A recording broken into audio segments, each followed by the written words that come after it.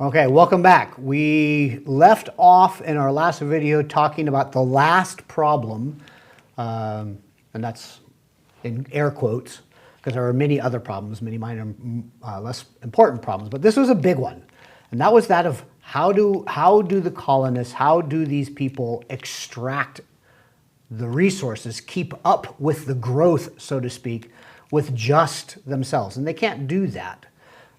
They have to do that with labor, and slavery was often the way to go. So let's take a look. So who were the people that were going to be the solutions, so to speak, to the European colonists' problem?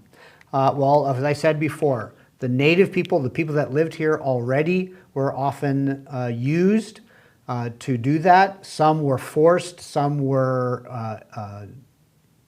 bartered with, some made a small living off of it. But the most part, the native workers were those that were in Mexico, in that region of Spain. These were the miners, the people that would go down and get the silver and the gold and things of that sort. There were also non-African slaves and indentured service, as I said, including white Europeans that were brought to this country or came to this country to work off indentured debt. But for the most part, when we think of labor, this era of labor in the New World, we think of African slavery. And so I want to take a look at that a little bit closer, find out what all is going on, because many times we oversimplify slavery, particularly African slavery. And I want to be a little bit more honest, have a little bit more integrity in our forensics as we delve into that part of history. The Atlantic slave trade is the system of trade that everybody knew about. And that was, it starts in Europe, and goods are being brought into the West Coast, primarily later on the East Coast of Africa, the continent of Africa. And mind you, Africa is not a country. Africa is a continent built of many, many, many, many, many countries and people groups and tribes. And not all of those people groups and tribes are friendly to one another. They are in competition with one another, as is true everywhere. So the Europeans bring down clothes, guns, alcohol, tobacco, things of that sort, and literally bring it along the coastline of Africa. And they sell these things or barter, exchange these items that they have made and produced with the locals in that region who have captured, usually in war or fighting, other African people groups. So one African chief and tribe may have moved into one particular area and captured another tribal people. They've taken the strong ones and the people and they've captured them, and they sell them to the European merchants as slaves. And so they get what? They get guns, they get clothes, they get goods to help build their little tribe be stronger and be able to conquer more areas. And sure enough, the Europeans are willing to give them what they want in order to get what the Europeans want. It's a perfect exchange. And so these now captured and soon enslaved African peoples, they get put on boats. They're taken across the Atlantic in horrible conditions and deposited in the Caribbean, in Brazil, or that particular area, South America, and then later on they come into the 13 colonies, particularly the southern parts of the 13 colonies. And in there, they work, they manufacture, or they cultivate, they get the sugar, they get the cotton, they get their raw resources, and those raw resources are then sent back to Europe in order for Europe, manufacturing and industry, to make new products and sell them back down into Africa. And this triangle, so to speak, from Europe to Africa, to the New World, and back to England again. That triangle became what was known as the Atlantic slave trade.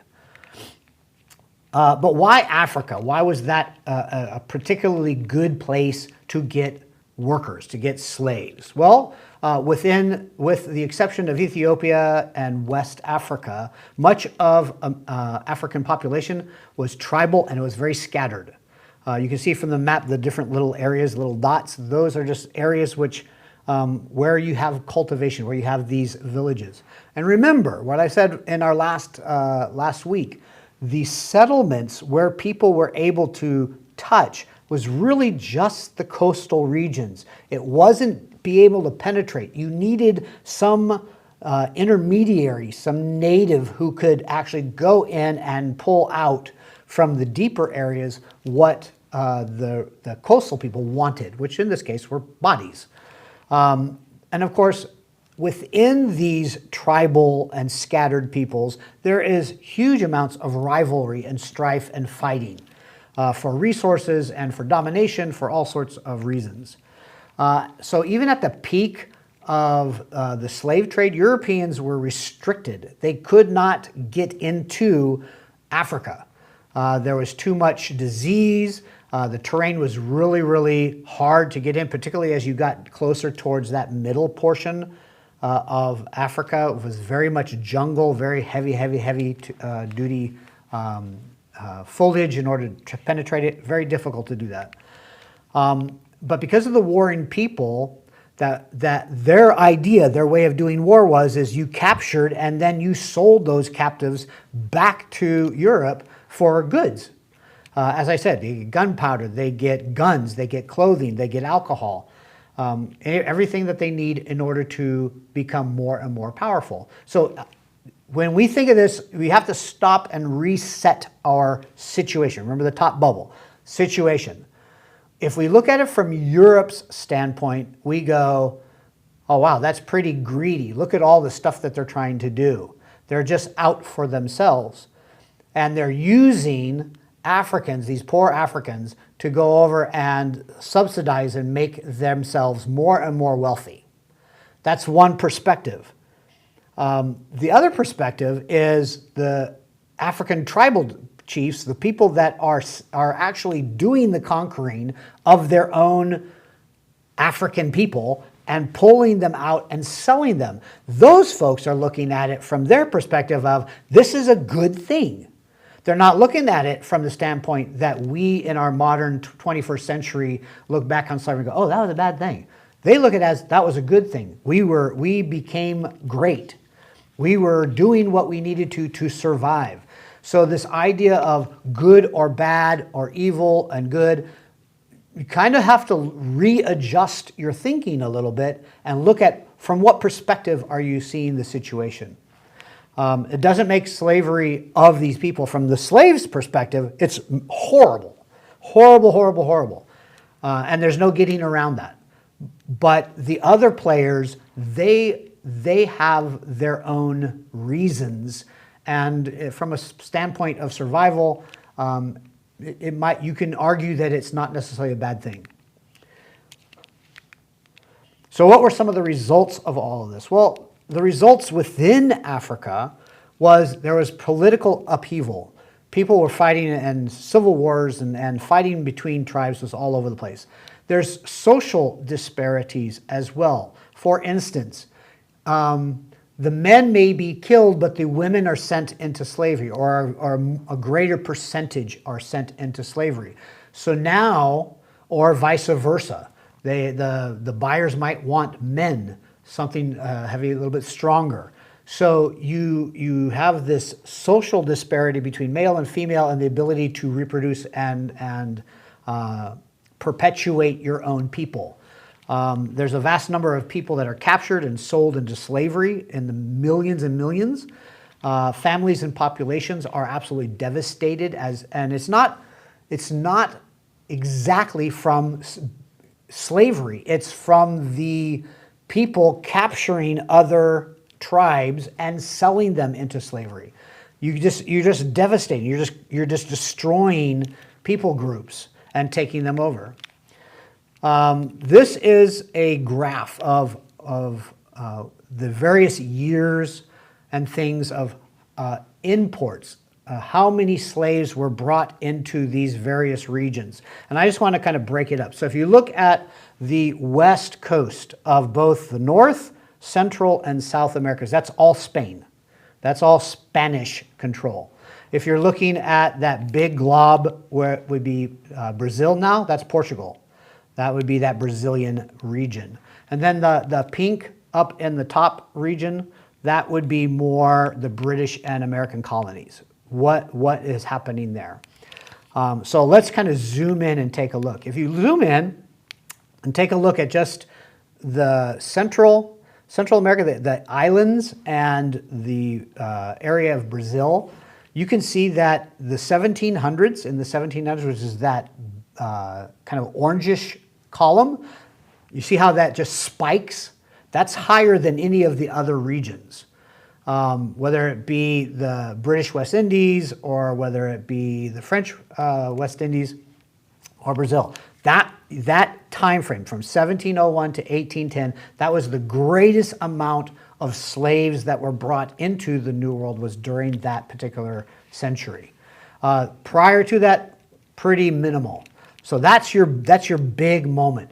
That's another indicator that things are happening during these 1700s that are putting that much labor in demand. The commercial fire is just going crazy during these 1700s, and they need laborers. So about 5.5 million are imported in the 1700s, just in these regions alone. This is not including what would become the American colonies. Let's look at the American colonies. So you have Spain. Spain is on the left of your screen. Again, Spain, 1700 and 1800s. Those are the two sort of largest amount of importation of slaves within the United States, as well as that northern region, which is the British Northern America. Not just the United States of the 1700s, you had about 384,000 slaves brought in. Now, compared to the 5.5 million that were in the southern regions, mostly in Brazil and in Central America, this is pretty small. This is not even 500,000. Is it bad? It's still bad. It's still not very humane, but there's something that I want you to take a look at. This kind of gives you a perspective of the numbers of people. And this is in the thousands, so Brazil would be 3.5 million or 3.6 million people between 1500 and 1870. Spain, the Spanish Empire, 1.5 or 1.6 million. West Indies, the islands, the Caribbean islands, you're looking at about 3.2 million combined. United States, during this entire time, 453,000. A little bit of a difference. Now, the economies of labor. This is the last part I want to talk about. What do you notice about the slave economies? And when I say economies, it's about the lives, the livelihood, the living of this. And I'm going to blow this up a little bit. Let's look at the southern part first. So if you look at all the circles, this is the islands, the Caribbean islands. This is mostly Brazil and that area. So Brazil in 1700 imports 2 million slaves in the 1700s. The population by 1830 is 685,000. So what happened? What happened to those 2 million slaves that came into Brazil? What about the West Indies? In the West Indies in the 1700s, they bring in about 3 million. And in 1830, there is 1.6 million left. That should tell you something. Tell you something about their lives, about their livelihoods. We're going to talk about that in just a minute. Let's compare the United States. So in the 1700s, the United States brings in 384,000 slaves. By 1830, there are 848,000 plus slaves in the same territory. Even though in 1808, the exchange, the trade of slavery is done away with in the United States. So how is it that in the United States, slaves come to the United States and they multiply and grow, they flourish, they get bigger, whereas in Brazil and the Caribbean, you have massive numbers, millions coming in, and only a fraction remain 100 years later? Well, what you can probably deduce, here's your forensics again, here's your crime scene again. What was life like for these slaves in these regions compared to the United States? Why does the United States families flourish? Why do families die off in Brazil and West Indies? It probably has to do with the livelihood of them. How well did they live? In the South, in the Brazil, in the West Indies, the work was very difficult, very dangerous. Livelihood was not very good. Chances are families were not encouraged. Children were not really probably encouraged. They would just use up a slave and go get a new one. That's why you could have so many coming in and they would just die off over time, and you'd have less by the 1830s than you had coming in the previous century. Whereas in the United States, families are encouraged. Slaves were allowed to have children in most cases. They were allowed to populate, so to speak. And the work that they did, although hard, although sometimes the conditions were very mean and inhumane at times, it was not universal.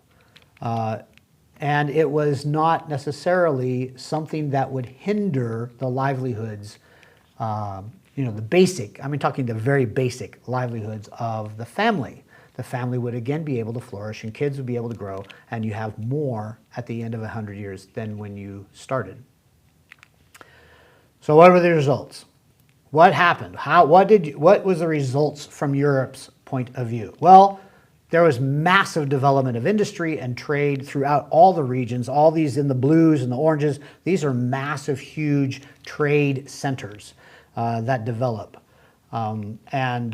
Europe explodes. I mean, absolutely explodes. It's unlike anything. Within 100 years, you can't even recognize Europe anymore. Global commercial activity also explodes. Rather than, minimum sort of trade, you're maximizing trade. You're maximizing the size of the cargo. You're maximizing how far they can go. Navigation is better. The ability to get from point A to point B is so much better. Ports along that route are starting to be developed as colonies sort of jump in there, and you could sort of like hop, skip, and jump around the globe and not get too far away from a friendly port. People are making bank, huge amounts of money. And with the mercantile, fiscal, military state, the kings, the leaders are making huge amounts of money and are building these massive, massive treasuries to fund all of their innovation, all of their advancement, and to become superpowers. And again, you can see some are going to do it. Other countries are not going to be part of this explosion. Therefore, they're not going to have that kind of advancement. And then you have this great divide. Those that did do this, those that took advantage, and those that sort of stayed back. And that divide is going to get bigger and bigger and bigger as we move into even the next section, which is going to be the military section. But for this week, I want you to look at one of my favorite authors. His name is Thomas Sowell. He wrote a book called Black Rednecks and White Liberals, and in that he has a chapter called The Real History of Slavery. And although I won't have you read the entire thing, I encourage you to do so. It's heady. It's not super easy reading, but the information and the arguments are so well laid out. And I think it will surprise you. I think it will open your eyes a little bit to what slavery really is and where we go in the future and how we see slavery, not only globally, but how do we see it within the history of our own country, the United States, And how do we see it now in our modern time? Slavery today is more abundant globally than it was back then. And that is something that's worth looking into. And so I encourage you to do that.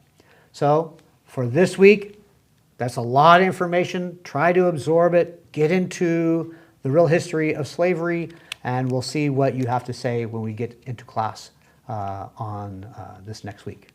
See you later.